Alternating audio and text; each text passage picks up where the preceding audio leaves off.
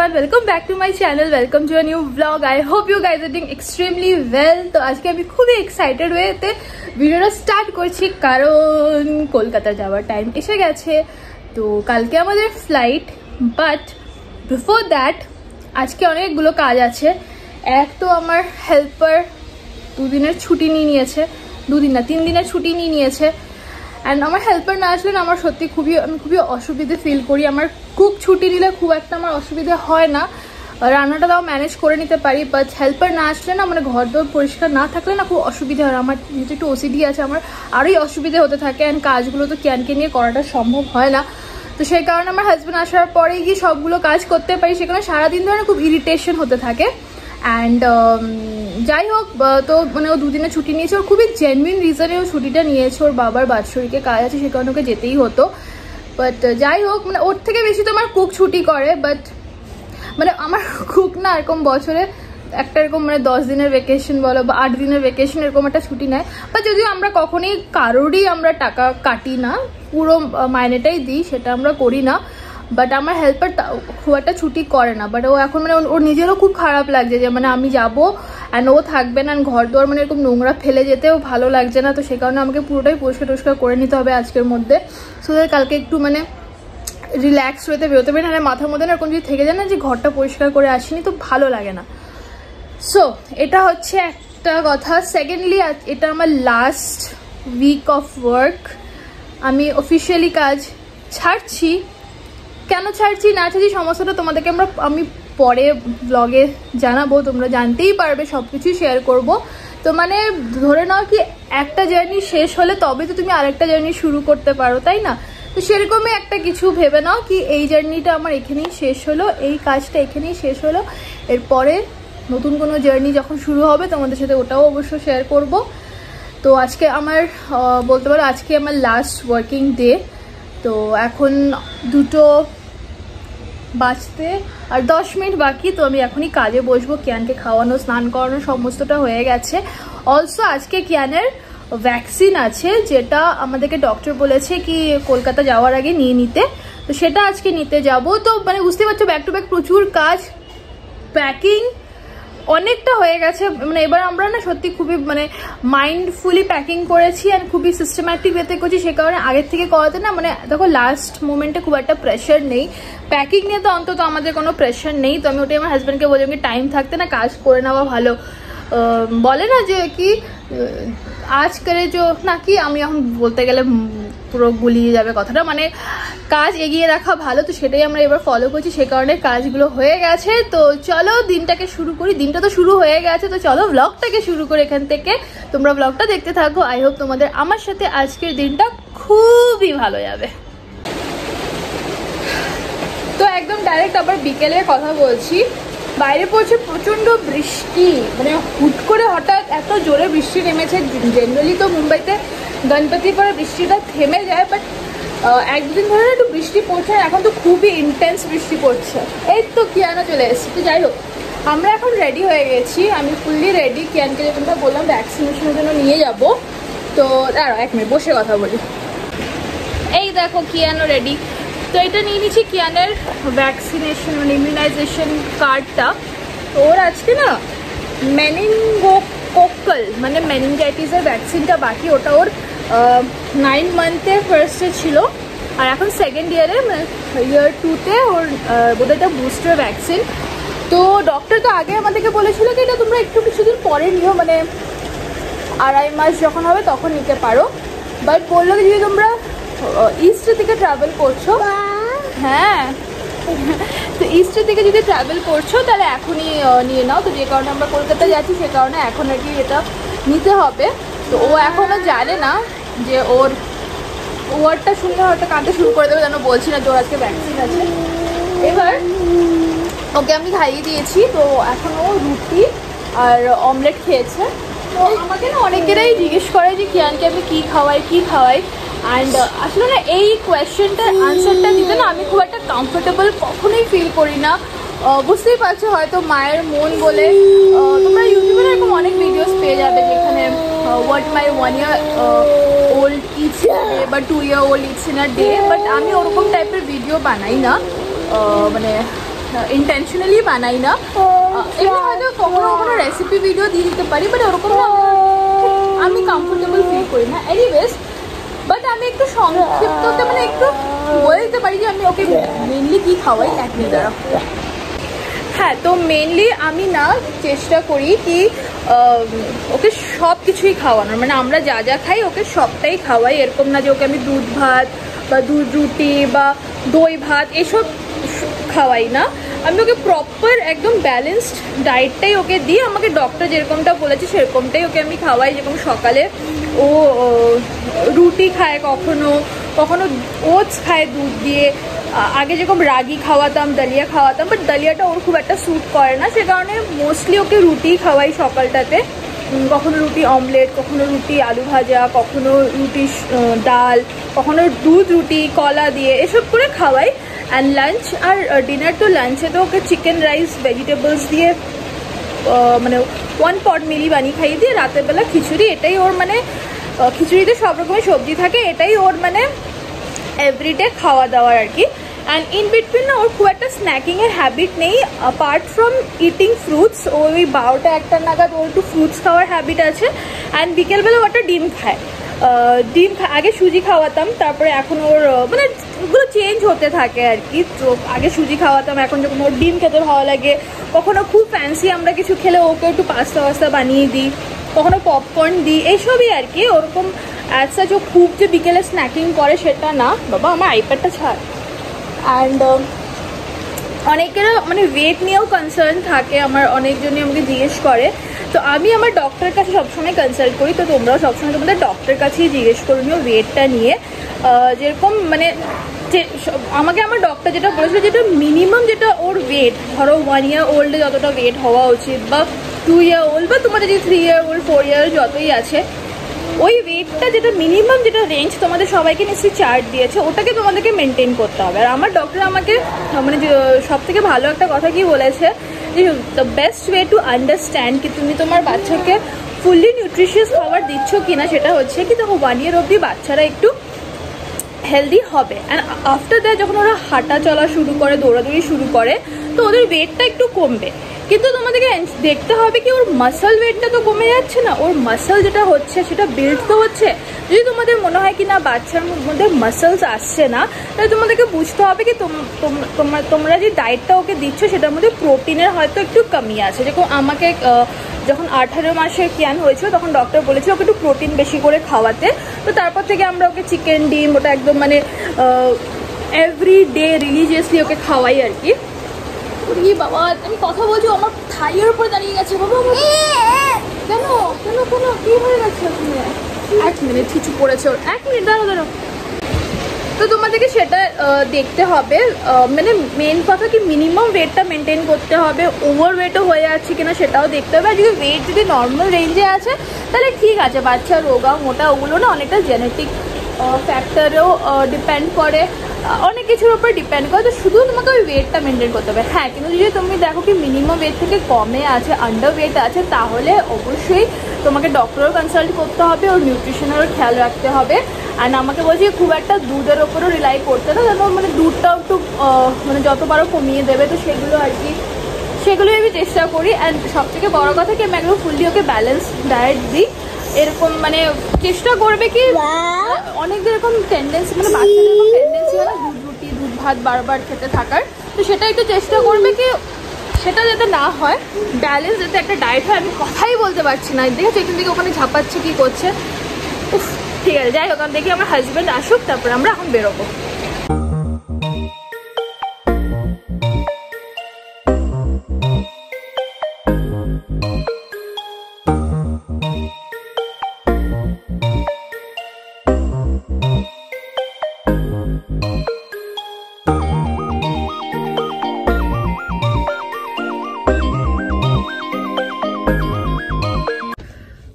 Finally vaccination হলো।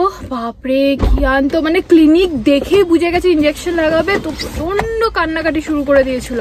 পুরো 1 ঘন্টার মধ্যে ওয়েটিং পিরিয়ড ছিল, আর মানে কিভাবে যে সময়টা কাটলো। আচ্ছা এনিওয়েজ এখন বাড়ি যাচ্ছি, তারপরে বাড়ি থেকে কথা বলছি।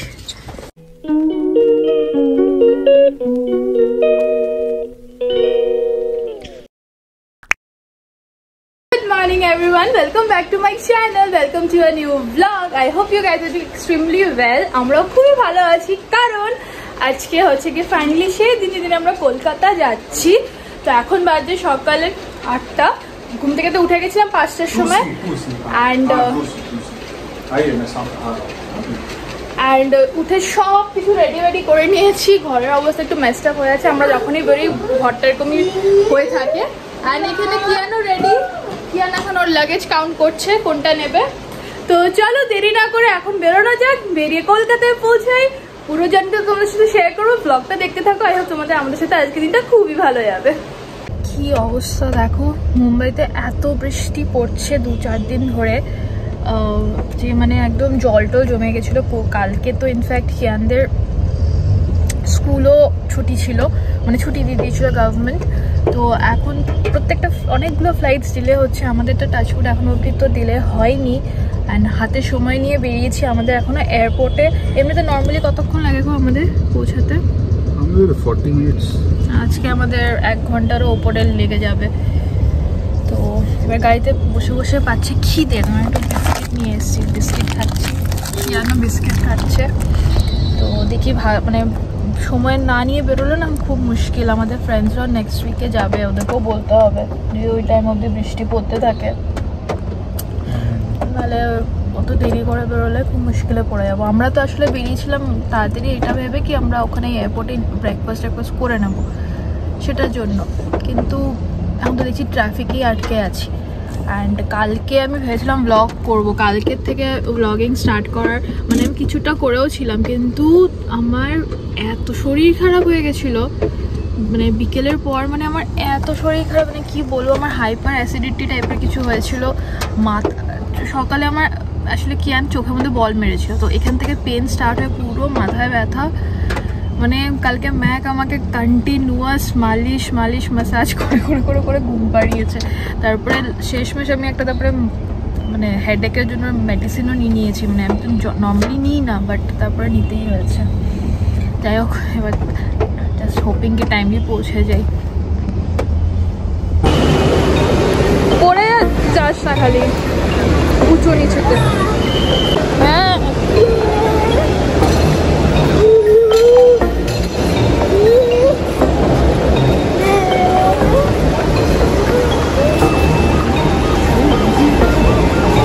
ফাইনালি আমাদের বোর্ডিং সিকিউরিটি সবকিছু বোর্ডিং না সিকিউরিটি সবকিছু হয়ে গেছে। আমাদের না বাড়ির থেকে এয়ারপোর্টে আসতে অলমোস্ট 2 আওয়ার্স লেগেছে। এখন আমরা লাউঞ্জে এসেছি, একটু ব্রেকফাস্ট করে নেবো, কিয়ানকেও খাইয়ে দিচ্ছি। তো দেখাচ্ছি দাঁড়াও আপনাকে। এই যে কি তুমি খাবে না কিয়ানকে ম্যাক এখন ব্রেকফাস্ট করাচ্ছে, ওই জন্য আমি দেখো ওটস বানিয়ে নিয়েছিলাম। তাছাড়া লাঞ্চের জন্য ওর খিচুড়ি, অমলেট, আর এটা তো দুধ, আর এটা আমাদের ব্রেকফাস্ট। চলো ফটাফট খেয়ে নিই।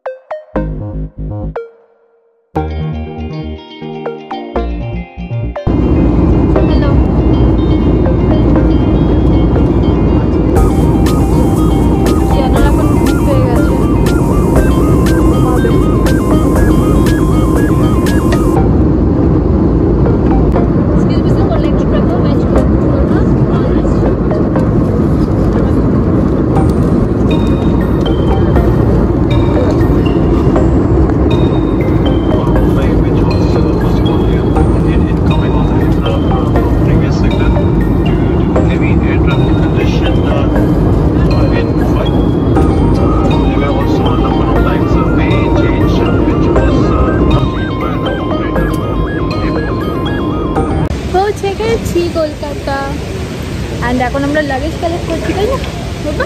দেখো তো কিয়ান না পুরো ফ্লাইটে ঘুমিয়েছে, টেক অফ করেছে তখন ঘুমিয়েছে, ল্যান্ডিংয়ে ওই 10-20 মিনিট আগে উঠেছে। তো ওর জন্য লাঞ্চ করেনি, এখনও দুধ খাচ্ছে বাড়িতে গিয়ে। ওর জন্য লাঞ্চ তো প্যাক করেই এনেছে, ওটার ঘরে গিয়েই খাওয়া। তাই না বাবা? তুমি হ্যাপি? তুমি কলকাতায় এসছো? হ্যাঁ কলকাতায় এসছো। কেভিন ক্রুজও তোমার সাথে স্ন্যাপচ্যাটে স্টোরি বানিয়েছে? হ্যাঁ, ইনস্টাগ্রামে স্টোরি দিয়েছে তোমার সাথে বাই বাই বলে। না মাকে করো, কে এসছে আমি তো বলতে পারছি না। কি আন ও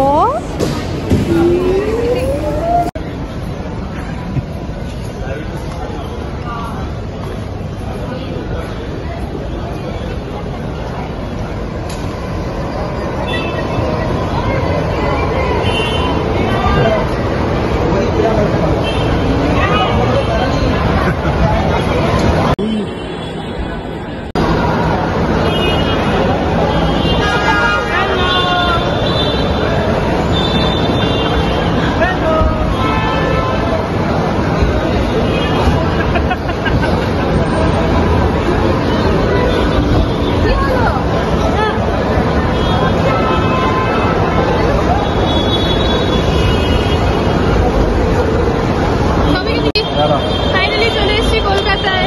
ভাই এসছে, মা এসছে, সবাই এসছে। বাবা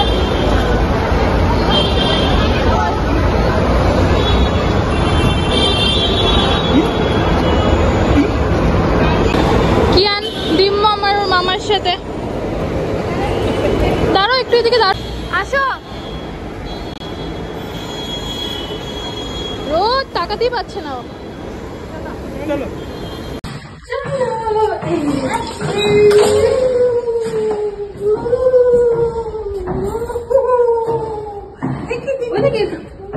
देखो बाबा तालाटा ये हाथ ना मेरे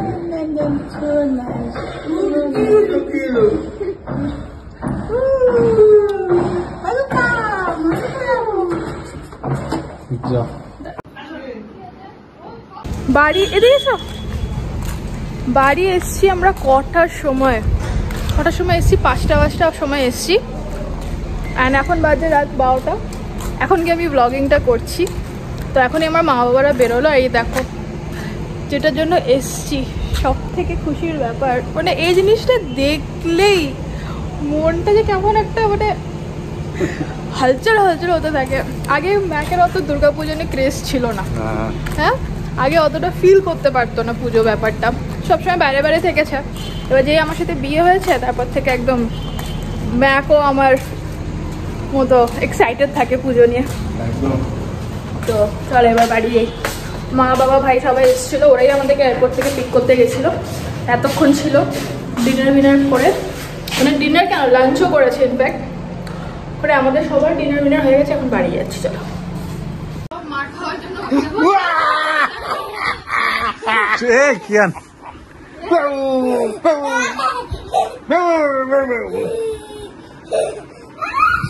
কুকুরটাকে মারার জন্য নিজে করে দিয়েছে একদম।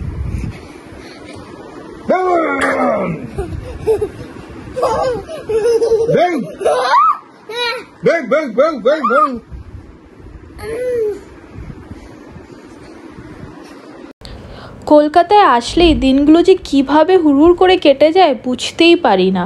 এই যে আজকে আমি ব্লগটা এডিট করছি, জানো কলকাতায় এসেছি 1 সপ্তাহ বেশি হয়ে গেছে, তারপরে গিয়ে আমি এডিট করছি।